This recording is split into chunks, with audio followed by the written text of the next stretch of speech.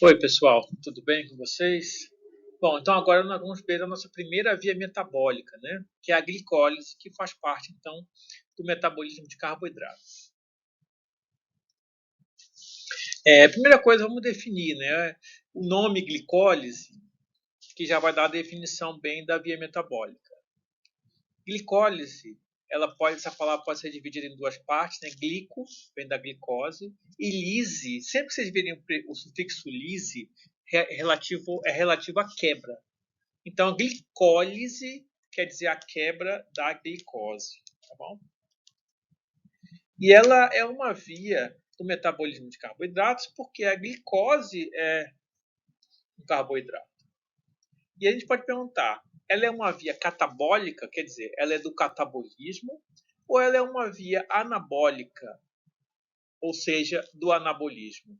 Se ela é quebra, pelo que a gente viu de catabolismo e anabolismo, se ela é quebra, é muito fácil a gente saber, então, que a glicólise ela é uma via catabólica, ela é uma via do catabolismo, porque ela está quebrando a glicose em um produto que tem menos energia, menor e mais oxidado. Então, essa figura agora, ela fala mais ou menos o que eu estava falando, né? Começando aqui de cima, a gente pode ver que a gente tem uma molécula mais rica em energia e mais reduzida, que é a glicose. E essa glicose ela vai sofrer um processo que está sendo mostrado por essa seta, que é a glicólise, né? E ela vai se transformar em moléculas menos ricas em energia e mais oxidada, que é o piruvato.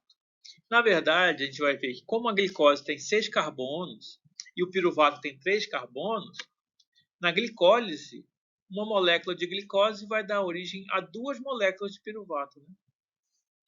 Nesse processo catabólico, existe como eu saio de uma molécula com mais energia para uma que tem menos energia, pela primeira lei da termodinâmica, a gente sabe que é um processo que vai liberar a energia.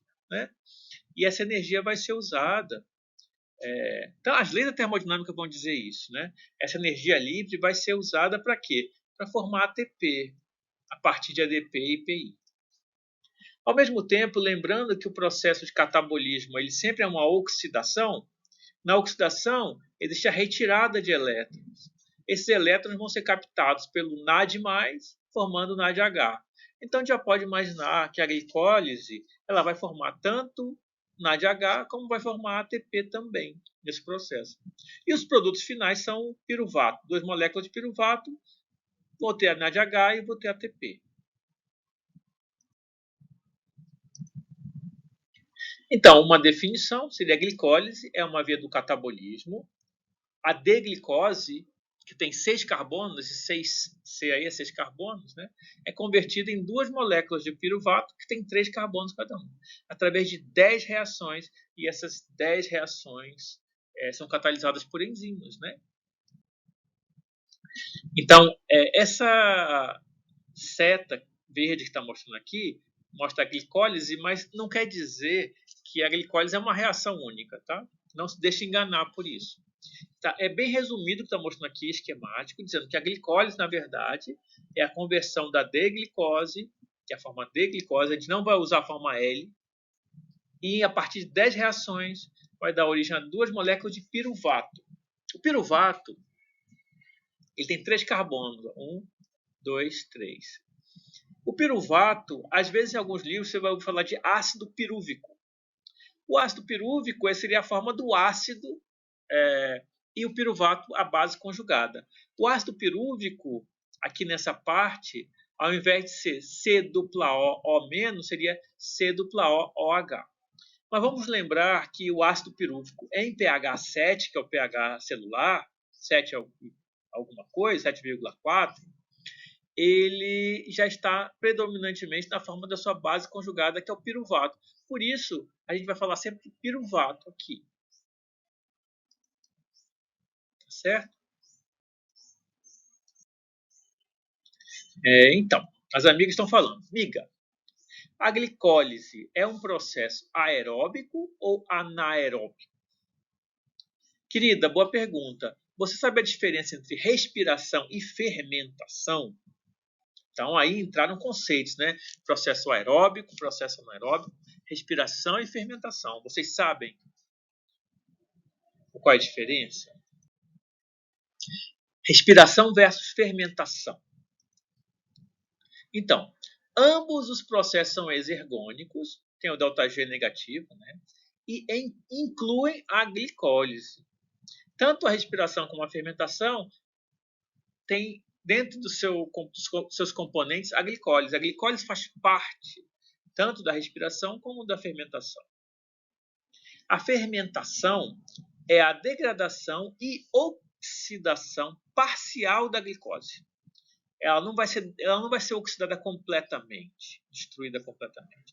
E vai dar origem, normalmente, ou a um composto chamado lactato, ou então ao etanol. E esse processo ocorre sem a participação direta do oxigênio. Então, o oxigênio, para acontecer fermentação, não tem a participação do oxigênio. Já a respiração aeróbica é um processo que oxida a glicose completamente até CO2. CO2 é o gás carbônico, né? Seria o máximo de oxidação que a glicose ou qualquer composto bioquímico pode chegar. O máximo de oxidação é o CO2, é o gás carbônico, que é o produto final. E o processo da respiração, que leva até CO2, ele tem que ter a participação do oxigênio. Essa é a respiração aeróbica. Tá? Então, a respiração aeróbica precisa do oxigênio, é claro, e a glicose, no caso, é degradada até CO2, e na fermentação, não. Não precisa da participação do oxigênio, e a glicose ela vai ser oxidada parcialmente até lactato ou etanol. E falando da respiração celular como um todo, a gente vê que os estágios básicos da respiração celular são, nesse caso, nesse contexto do metabolismo de carboidratos, tá? A gente vai ter a glicólise, depois a gente vai ter o ciclo do ácido cítrico, que é a mesma coisa que ciclo de Krebs, e depois vai ter um processo chamado fosforilação oxidativa, que envolve, então, a cadeia respiratória, ou cadeia transportadora de elétrons, e aí que vai entrar o oxigênio. Esses três componentes juntos, eles vão compor a respiração celular relacionada à obtenção de energia a partir de carboidrato, a glicose, né? Então, nesse esquema, vocês podem dar um tempinho para dar uma olhada nesse esquema, que é um esquema um pouco complicado. Complicado não, ele está até simples, mas ele tem bastante informação. Então, a gente tem aqui a glicólise, a participação. Onde é que entra a glicólise nesse processo de respiração? Nesse processo de respiração aeróbica. E também no processo de fermentação, né? Ou seja, a glicólise no catabolismo da glicose. Bom, o que nós estamos chamando de glicólise aqui é a transformação da glicose a T2-piruvato. Isso é a glicólise. O piruvato ele pode, em condições anaeróbicas, formar etanol e CO2, ou, em condições anaeróbicas também, em outras células, né, pode formar duas moléculas lactato. Em condições aeróbicas, a aerobiose, esses dois piruvatos eles vai seguir formando acetilcoenzima A. Depois vai entrar no ciclo do ácido cítrico, acetilcoenzima A, ou ciclo de Krebs. O processo continua na cadeia respiratória. E nesse processo tem a participação do O2, né, saindo CO2 e água. Esse processo, no final das contas, somente essa parte da cadeia respiratória, fosforilação oxidativa, vai dar origem à maior parte do ATP. Tá? Eu vou apagar tudo aqui, porque eu sei que no começo parece muita informação, mas esse esquema, para falar a verdade, é um esquema em que Se vocês souberem, vocês vão estar muito bem situados na parte do catabolismo da glicose, bom, dos carboidratos. Então, a glicólise, o que está dentro dessa bolinha verde, é apenas a transformação de glicose para piruvato. E ela participa tanto dos processos aeróbicos ou anaeróbicos, tá? Tanto das fermentações como da respiração aeróbica. No caso, a fermentação, quando eu falo de fermentação, eu estou considerando o processo que vai desde glicose até etanol, né? Que seria a fermentação alcoólica, ou de glicose até lactato, que seria a fermentação láctica. Então, gente, tem gente que acha que fermentação alcoólica é transformar piruvato em etanol. Não é verdade. O que eu chamo de fermentação alcoólica é o processo inteiro de glicose até etanol, e é um processo que contém a glicólise também. A fermentação láctica não é a transformação só de piruvato para lactato. Não é isso que é a fermentação láctica. A fermentação láctica é desde a glicose, inclui a glicólise, chega em piruvato e piruvato para lactato. Isso é a fermentação láctica, tá bom? Isso é um erro muito comum. Então, as fermentações incluem a glicólise. Já a respiração aeróbica, o processo aeróbico, não inclui, né, a formação do etanol nem do lactato. Isso aqui não é incluído. Mas inclui a glicólise. A glicólise faz parte da respiração aeróbica. O ciclo do acídico, a cadeia respiratória, tudo isso para formar ATP, a participação do oxigênio. É um processo que é a composição da respiração aeróbica, que compõe a respiração aeróbica, tá bom? É um processo em condições de aerobiose. Então, assim, se vai dar fermentação ou vai dar respiração, a gente tem que olhar para onde vai o piruvato. Se o piruvato vai para lactato, eu estou tendo um processo de fermentação láctica. Se o piruvato vai para etanol, é um processo de fermentação alcoólica. E se o piruvato vira acetil-CoA e segue esses processos que incluem a participação do oxigênio, quer dizer que o processo inteiro é a respiração aeróbica. Espero que vocês tenham entendido isso. Fases da glicólise. Pode-se dizer que a glicólise possui duas fases, né? Isso duas fases maiores, vamos dizer, gerais. A primeira é chamada de fase preparatória, onde a glicose é convertida em duas moléculas de 3 carbonos. Essas moléculas são chamadas gliceraldeído 3-fosfato. E essa fase é chamada fase preparatória porque ela consome ATP. Então, gente, a glicólise, ela, apesar de ser do catabolismo, é uma via do catabolismo, claro que no final das contas, ela vai produzir ATP. Mas na fase preparatória ela consome ATP. Tá? E a segunda fase é chamada fase do pagamento, onde as moléculas de gliceraldeído são convertidas em piruvato, gerando ATP e NADH.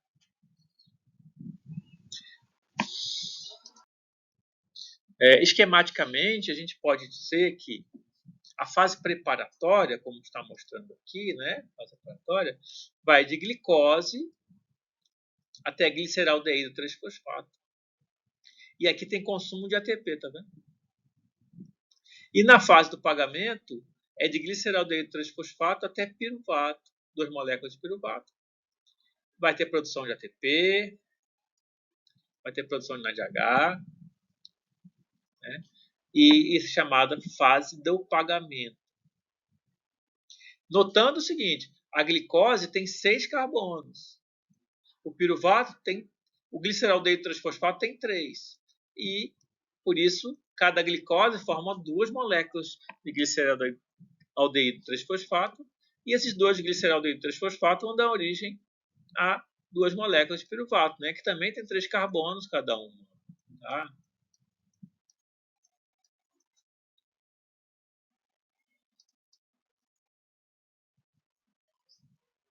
Pagando aqui para vocês. Miga, as 10 reações da glicólise são catalisadas por enzimas? Sim, querida. E são enzimas de diferentes classes. Seria legal falar sobre elas, ainda mais que nós não chegamos a comentar essas classes de enzimas quando falamos na aula de enzimas. Né? Seria bom passar rápido, só porque o nome das enzimas vai dizer muito sobre a atividade que elas estão tendo, a ação que elas estão tendo. Se você souber o que essa enzima faz, essa classe, vocês já vão meio que deduzir o que é a reação, o que está acontecendo na reação. Ou, vendo uma reação, vocês vão saber que classe de enzima está catalisando essa reação. Então, de acordo com a União Internacional de Bioquímica, IUB, né, International Union of Biochemistry, as enzimas são classificadas em 6 classes. Elas são classificadas depois em subclasses. Cada classe dessa é subdividida. Mas as 6 classes principais são essas que eu vou mostrar agora. As oxidorredutases são enzimas que catalisam reações de transferência de elétrons, ou seja, reação de oxidorredução. Toda vez que eu tenho reação de oxidorredução, transferência de elétrons, eu tenho as enzimas catalisas são as oxidorredutases. Muitas vezes, essas reações de oxidorredução, elas transferem hidrogênios, ou seja, elétrons e prótons, né? Hidrogênios. Quando elas transferem elétrons e prótons na forma de hidrogênio, elas são chamadas de desidrogenases. É uma subclasse das oxidorredutases, são as desidrogenases. Eu estou chamando a atenção porque a gente vai ver várias desidrogenases, tá? Então, as desidrogenases transferem 2 elétrons e 1 ou mais prótons do substrato para um aceptor de elétrons, como o NAD+, e o FAD. Então, toda vez que eu tenho uma reação que transfere elétrons para o NAD+, ou para o FAD, formando NADH e FADH2, como nós comentamos, né, antes, na aula de princípios de metabolismo, essas enzimas são catalisadas por desidrogenases. Essas enzimas podem fazer a reação para o outro lado também, tá? Toda vez que tem reação com transferência de elétrons e de hidrogênio que envolve NAD, FAD, NADP, as enzimas são desidrogenases.